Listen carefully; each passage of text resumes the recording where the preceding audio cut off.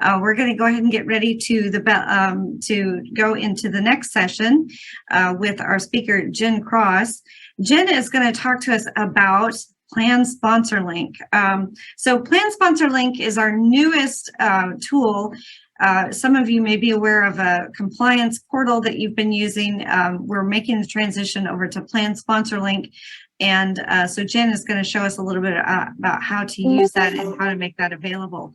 I'm just going to make sure I don't see her. Jen, are you here? Can you? I'm here. You are fantastic. Hi, Jen. Hello. So Jen, I'm going to just brag on her a bit. She's been called our Plan Sponsor Link Queen. So I'm really excited that she's here going to show us a little bit more about Plan Sponsor Link and how to use it. So Jen, I'll pass it over to you. All right. So let me just get my screen share set up. Oh, looks like, there we go.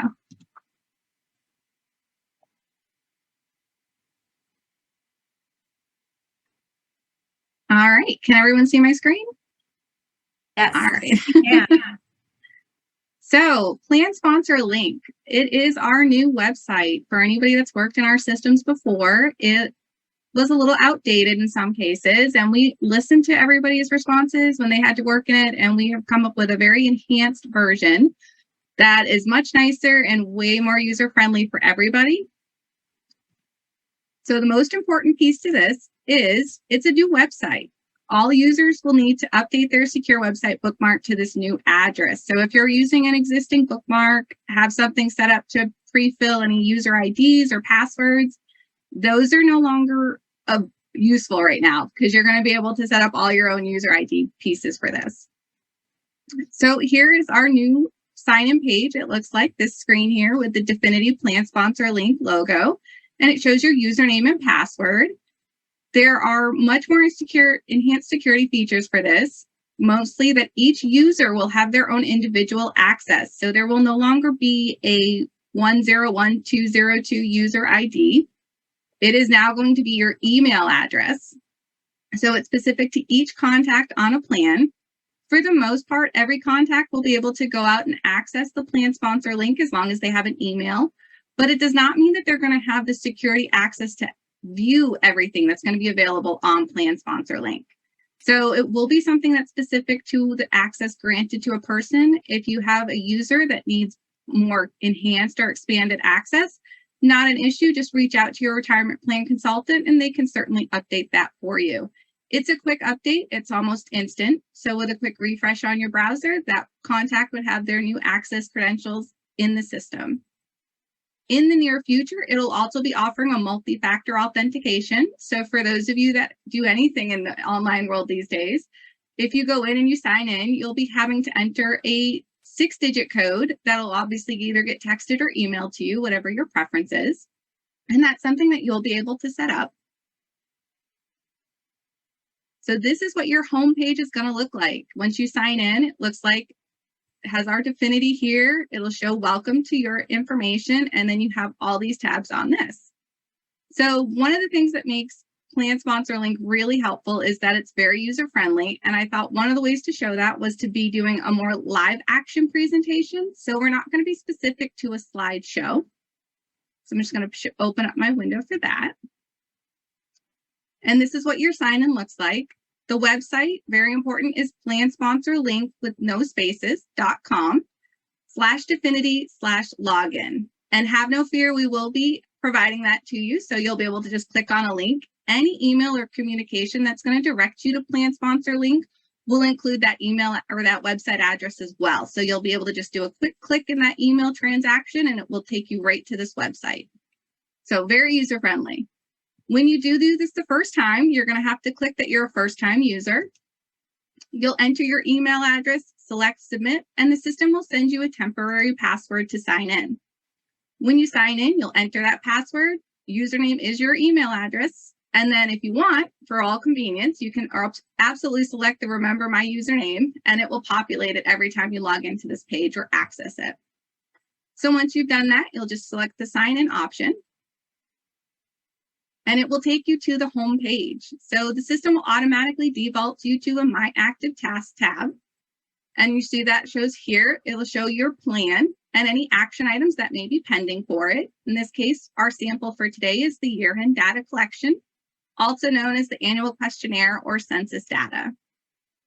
The cool thing about this My Active Task is if you do have something out here that's considered actionable, it's going to indicate it with a number in the red block here. So if you sign in and come out here and you're on your home screen and this says 0, it means you don't actually have anything that needs an action item today, but it doesn't mean that you can't be using the system. So there's a lot of cool features out here that are very user-friendly and helpful for you as well as for us, because the system links into our system in a way, and it's almost instant receipt. So it's nice that way. The next option here is that your tab is withdrawals and loans. When you click on this, and this is effective January 1st, so if you submit any requests between now and the end of the year, you won't see them out here yet. But as of January 1st of 23, this will be fully used, and you'll be able to come out and view any requests that we have received. So you'll see your participants' names, their socials, what kind of request it is, if it's an in-service, hardship, termination. They'll indicate the plan name. So if it's something where you're a contact from multiple plans, you would be able to filter by the plan that you're actually referring to. It indicates the start date, so for when that request was received and logged into our system, as well as whether it's been completed. If it's pending, it'll show your status. And if it's been returned for whatever reason, it'll indicate it under an action item. And if you're a larger plan and you know that you're probably going to have a lot of requests out here, have no fear, you can enter in a filter up here to search, and that will narrow down those results. You can also expand the results by clicking here and selecting a very long list that you could view. The next tab over is your data collection tab. So right now, for most people, this is going to be blank this first year that you come out to the system. And that's because 2022 is your first year that you're going to be completing a data collection. Once that data collection is complete, you'll see it out here, and you can come out to this website, open it and view it, or download it, save it at any time.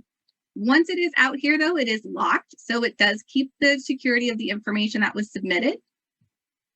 And we'll be able to see that a little later in this presentation. The next tab is going to be your Plan Documents tab. And for most, this will be slightly blank for the time being, but you're going to see out here your adoption agreements, your SPDs, any amendments that may have occurred.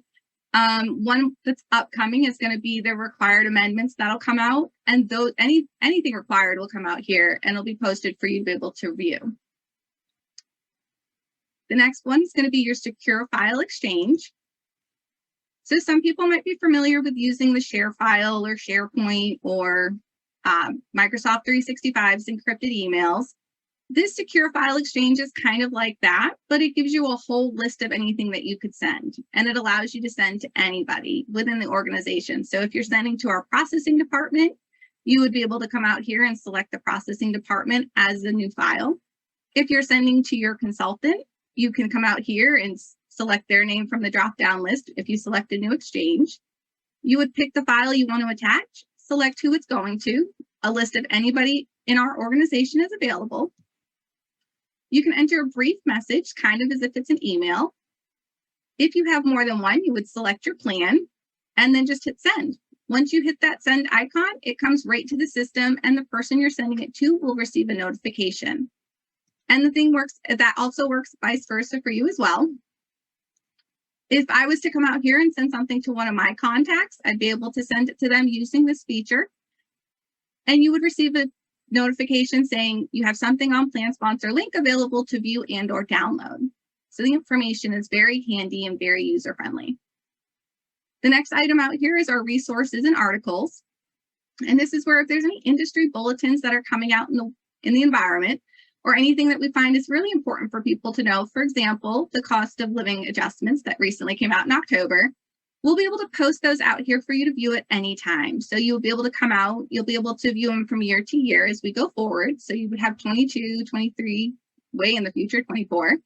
And then you'll be able to just see a comparison of those things anytime you wanted to view that information. Another feature out here that is very nice is where you have your introduction item up here in the top right corner. You'll notice that if you click the arrow, you get a help option, training videos that show you how to complete certain activity on the system. You can contact us, and this will typically link up to whoever your dedicated consultant is. User preferences, that's specific to you. It has no impact on anybody else's preferences or anything else in the system. If you wanted to, you could change your password. And then, of course, you can also log out. So if you do hit the Contact Us option, it will take you to the contact screen, and it will show your retirement plan consultant's information, their address, what's relevant, as well as their phone number, extension, and their contact email. And if you wanted to email them without having to type in their email address, you could click this link, and it will automatically open up. I'm going to assume in this day and age, most people have Outlook, so it'll automatically open up an email in your Outlook, and then you can just type your email right from there. So for here, we'll go back to the My Active Tasks. And now we're going to work our way through the first year-end data collection that some of you will see. You'll select the green Begin Task button. And here you'll see you've got steps. You have your general, company, principals, family, businesses, contacts, the plan, which would have typically been referred to as the annual questionnaire, the 5500 questionnaire, which pertains specifically to late deposits or the Fidelity Bond information. You have your employee screen, which is definitely the most important because that is the census data that we're all familiar with and typically would come out in Excel format. And then, of course, the second most important, or most important, depending who you ask, is your final approval. And that's where you submit that data through the system to us. So your general tab is basic company information, address, phone numbers, main information, typically you would know. As long as you've reviewed the information, it all looks acceptable, you would just hit the save icon. If you did look at the information and notice something was off, you could just hit edit.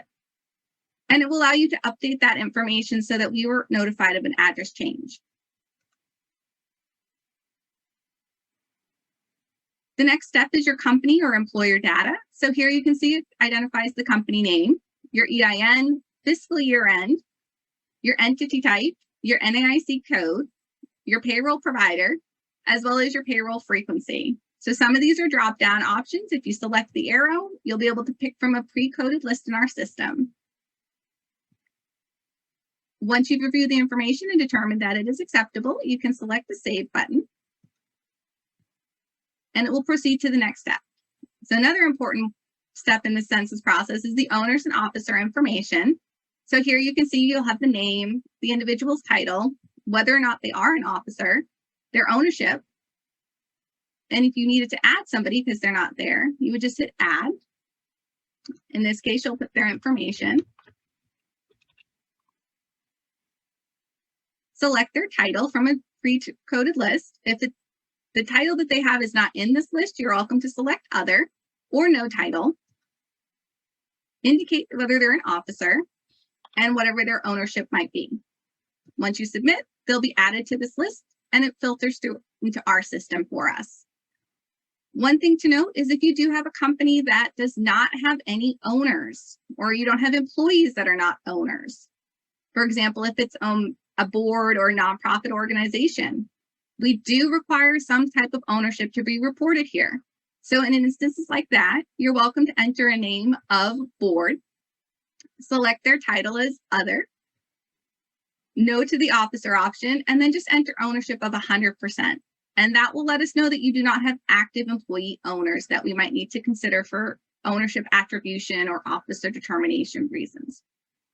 Once you've reviewed that information, you simply select the Save button and you'll proceed to the next step. This is the ownership family.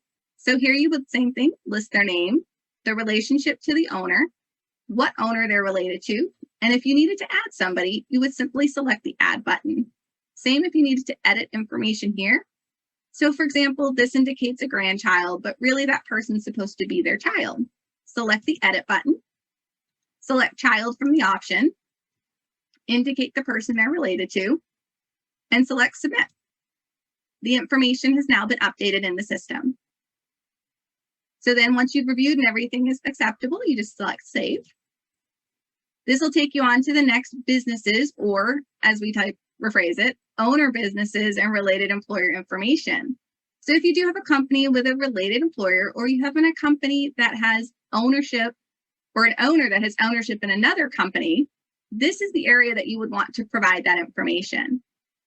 This information pertains to the other company, not the one that sponsors the retirement plan referenced under the general and company tabs. So, for example, in this case, you would enter their name, EIN, phone number. If it's a recent acquisition, the date it was purchased or sold, their sponsor, whether they're a plan sponsor, their entity type, their address, and whether or not they have employees in that plan. Then you would also be able to list out the ownership associated to them. So this is where we would find common ownership for this individual of 5%. And then we would be able to know if there's a situation where there might be a controlled group or an affiliated service group that your consultant may need to review with you. So it's very important to make sure to complete this information if it's applicable. Similar to the other steps, all you would do is select the Add button here, complete the applicable information. If the information you pre-fill in the system or see in the system when you come out to review this questionnaire and say maybe you have another owner in this, ownership changed. Similar here, you would just select the Add button, enter the individual's name, update their ownership.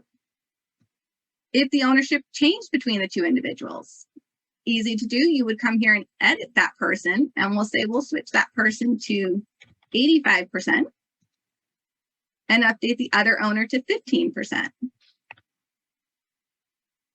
So this instantly updates here for you to view, confirm that the information is accurate, and it will also link out to our system so we know to refer back to you in case there is a change and we might need additional information. Once the information is acceptable, you can select the Save button, and you'll proceed to the next slide. So in this place, this is your company contacts. It's going to list out the individual, their contact information, what role they have with your plan, the rights that they're given for your plan, and whether or not you have a change request. So maybe you're looking at this information and the contact shouldn't have what's listed. So you want to add a note so that can be changed. You want to remove their fiduciary rights. Here you'll see the note now indicates 1. You can view this to see what note was added. And maybe in this page you're citing, we do need somebody with fiduciary rights, so let's add somebody to this list. That would be something you would add as a note, select the Add button, and indicate the person you would want to add.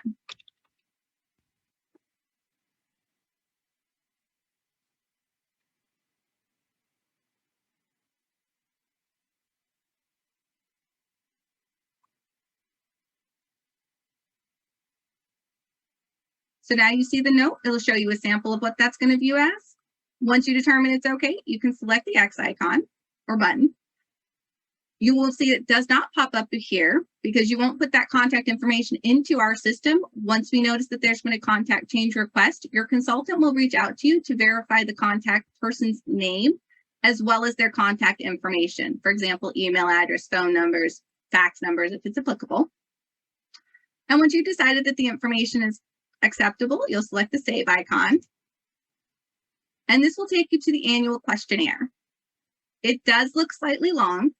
I will say that everything with a red asterisk next to it is a required answer, but there's a lot of NAs built into it for some questions that may not be applicable for your plan type. Once you proceed through everything and have confirmed the information is accurate, you would be able to select Save. If information has been not incomplete that is indicated as required, you'll see that the system says your choices have been saved. However, the step cannot be completed because there are additional required fields. So there are notifications if you scroll through and you don't select something or select the wrong option. It will prompt you to complete it or re-review the information to ensure everything is accurate. So I'm quickly going to go through these questions so I can answer these and not get the pop-up message.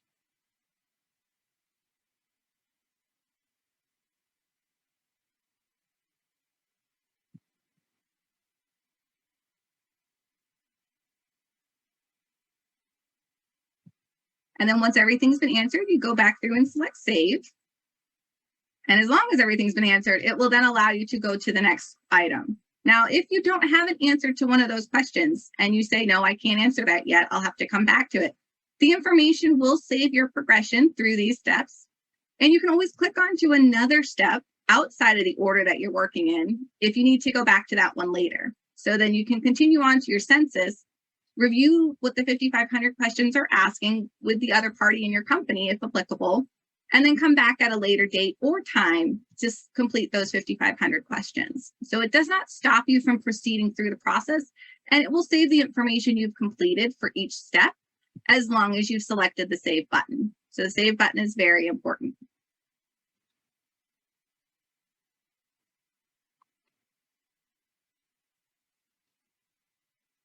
All right, so we're just quickly going to go through these. Select save. And now we're on to the most important part of this process, and that is your employee census data. So here, every time a person will come out to the system, you're going to see this yellow icon out here. And that indicates that issues have been detected. In this case, this is your first time opening this project or task. It's the first time you're coming out to work on your census for the plan year end. Everybody will see the yellow line up here. The reason for that is because our system will partially pre-fill the data in here for you, similar to the Excel files you would have gotten in previous years. However, we don't have your compensation or hour or contribution information, and that's what's prompting the system to generate the errors have been detected notification here. There are two ways that you can update information under this tab. So one is that you can export the data into an XLS format or XLSX, save that to your system, update the information on the version you've saved to your system, and then you can import it back into the system. So if you have large plans, you might not want to go person by person. If you have a smaller plan, you can go person by person. You simply would scroll through a list. Here you can see that you can expand your list up to show 100 people at a time. You can remove somebody by selecting the delete option, or you can edit their information right here. So you would go to the person's line. If it's a long list, you can search their name, and that would populate with that information. Once you select edit, you'll get the pop-up window for that employee individual. And similar to the other tabs or steps, anything with an asterisk is a required field. There's very few of them. I think there's only 7 in total. The rest are all filled out based on your plan type. And if at any time when you get towards the end of that person, there's something special you may need to reference. For example, someone was on a leave of absence, prevented them from making loan payments, or whatever the case may have been, you can add a note for that person right here. It's specific to the individual you're next to, and everybody would have a note field. Does not mean everyone needs to have something entered in that column or field, but the option is available for you to have that additional information if necessary. If you had somebody that's leased or a union employee, you would just check their applicable boxes. If you had somebody with severance pay, you would just add that into this field. And if anybody passed during the plan year, you would just enter their deceased date here. So that is if you wanted to do it manually. And as you update the information, it will start to populate here, and you would see it pre-fill through these columns as you scroll through. As you can see, it is a long list to scroll through. So we do recommend, if you have a larger number, you may want to use the export option, save it to your desktop, fill in the information, copy it from your payroll report if it's available, and then re-import it back into the system. Very important information related to those export fields. The columns cannot be changed as far as the order that they're exported in, so that template should be set in stone. And the column headers cannot be changed. If they are changed, it will not allow it to import back into the system. And if you do have any problems importing information, you're welcome to notify your consultant, and they can walk you through the process or assist you if there's something wrong with the file that we might need to work with. To import that information, you select the import option. It will allow you to choose that file from your system.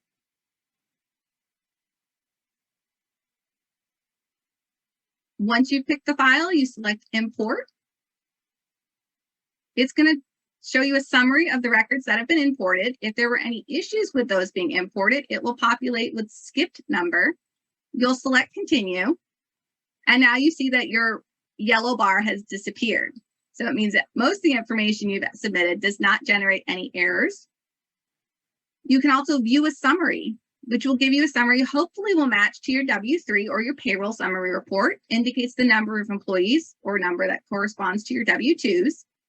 If you had a terminated employee, what your gross compensation was, if there was any excluded or pre-entry compensation, the pre-tax deferrals, employer match, the Roth deferrals, if you reported pre-tax health or 125, and if severance compensation was reported.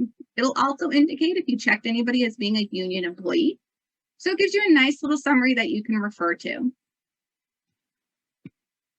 Another option here, if you're not sure what something's being requested of these, just select the field descriptions. It will show you a full list of the column names, the format expected for that column, and a brief description of the information that should be entered.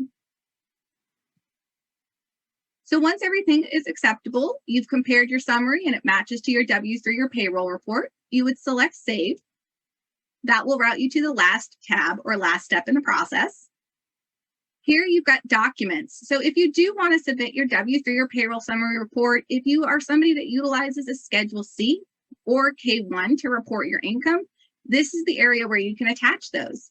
All you would do is select the Add button next to Documents, select the file from your system, select what type is being updated, enter a brief description, and then select the Upload icon. It will immediately put that out here, and it will link it into our system as being submitted as well. For notes, you'll see here, we added that note on our Contact tab, and at the very end, under your approval, it'll also populate with that note here. So you can actually double check in case you wanted to make a change to it, or once you got to this stage of the process, realize maybe Mr. Smith wasn't the right person, you wanted to use a different person. You don't have to go back to Contacts to make that change. You can actually edit that note right here, update it to the extra name, save it, and it'll populate and update the information here. So once you get to your final approval, you want everything to have a nice green check on the left side here. And then you'll select the option to sign and submit. This is where you'll be certifying that the information is accurate. You'll enter your name, your title, your phone number, and your email address. Once that information is submitted, just select the Submit button, and that will complete the entire process. It will send it on to us.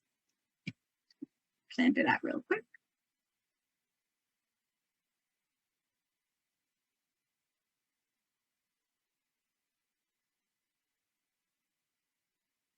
So you'll receive the pop-up that says, thank you for submitting your data. 2 areas you can guarantee that the information has been submitted is by selecting the data collection. Once out here, you'll see it's in this area. It shows when it was completed, and you give the option to download a version of this report into an Excel book. So every single one of those tabs that was completed will provide you with an Excel report that looks like this. It shows the information for the person that submitted that data and the approver. And then each corresponding tab at the bottom matches up to each step that was completed. If a document was submitted, it would indicate the document's name. If there are notes, it's going to show you the notes that are out here and what step it's associated with. And here you'll even get a full detail of the employee census data that was submitted, including the totals here at the bottom. This will be available for you to download at any time. And as soon as you complete it, you'll get that completion there. One thing to note is if you don't receive or you don't notice that it shows up under your data collection and you don't receive an email that looks similar to this saying annual data collection completed successfully, that final approval step has not been completed. If you feel like it was completed, but you're not getting that notice, please reach out to your consultant and they can assist you with any of those questions. All right, so that is the end of my presentation. I'm going to send it back to Elke. Yes, I couldn't unmute fast enough. Thank you, Jen. That was great. I am sure that a lot of the people who attended today will want to be able to have access to this recording later on when they're actually going through that end of the year data collection process. And so that's fantastic. Thank you so much, Jen, for sharing that. I did get a couple of questions, and I also want to make sure that people know we still can take questions if you have them. One question that came up was if we already have a plan sponsor link login from a prior provider, another TPA, maybe even a TPA that is now part of Definiti, how do we log in as a Definiti customer? Do they need a whole new Definiti login?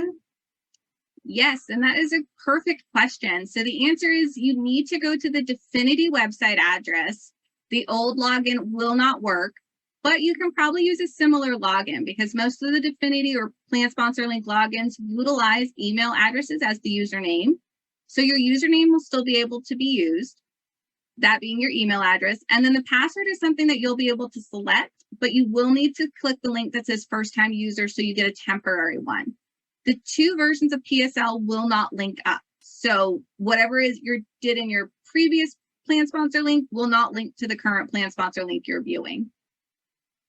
Well, it won't link up. We have, if they are a company that Definiti has acquired, we have taken that extra content and have moved it over. So that information will be in that Definiti plans. Is that right?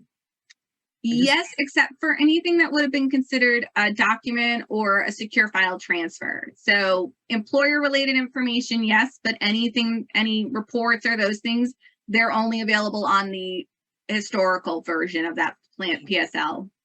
Good. And so then another question was, is this the same system we will use to upload, our payload? I'm sorry, let me start that over. Is this the same system we will use to upload our payroll file for our contribution submissions? I believe the answer to that is yes, and you'll be able to submit that using the secure file exchange. Yep, there's two things there, right? So one of them is we're going to be doing a lot of conversation about cybersecurity. Definiti is really committed to your cybersecurity and as well as protecting our own. So I love this feature within Plan Sponsor Link that allows you to upload content in that secured area, and you'll get notification, and also having access to that legacy data that you've passed back and forth. So that's really fantastic. Let's see, are there any other questions that came up? It doesn't look like it. So thank you, Jen. Thank you so much for your time today. I do notice we're right at 1:30, so we'll go ahead and go to our next couple of slides. Just wanted to point out, thank you, Jen. Wanted to point out the next couple of seminars or the topics that we'll talk about for tomorrow, because if you've been here today, we do want to make sure that you're here tomorrow as well. We're going to be talking about what does it all mean, right? So that's another one of our 401k 101 classes where there are a lot of terms, and you've heard a lot of them today where we've just kind of thrown them at you. And we're going to take a few minutes and actually talk about what do all those words mean, give you some resources for definitions. I mentioned earlier, cybersecurity is really important for Definiti, not just for us, but for you as well. So our Chief Technology Officer is going to be here talking about our cybersecurity commitment and things that you can do to in working with Definiti to keep your data secure.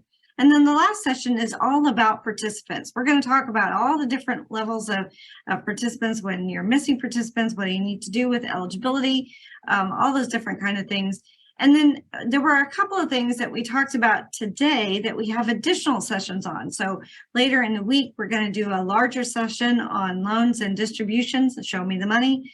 And then also even talk about mergers and acquisitions and what happens in that particular process as well. So lots of great content. We're really glad that you are here with us today, and we look forward to having you join us again tomorrow at 1:00 Eastern time. You'll use the same link that you used today. Log in with your name and email address, just so we know you're here, and then we'll get started with that day as well. So that's it. Class dismissed. Thank you all for attending today, and we'll see you tomorrow. Thanks, everybody.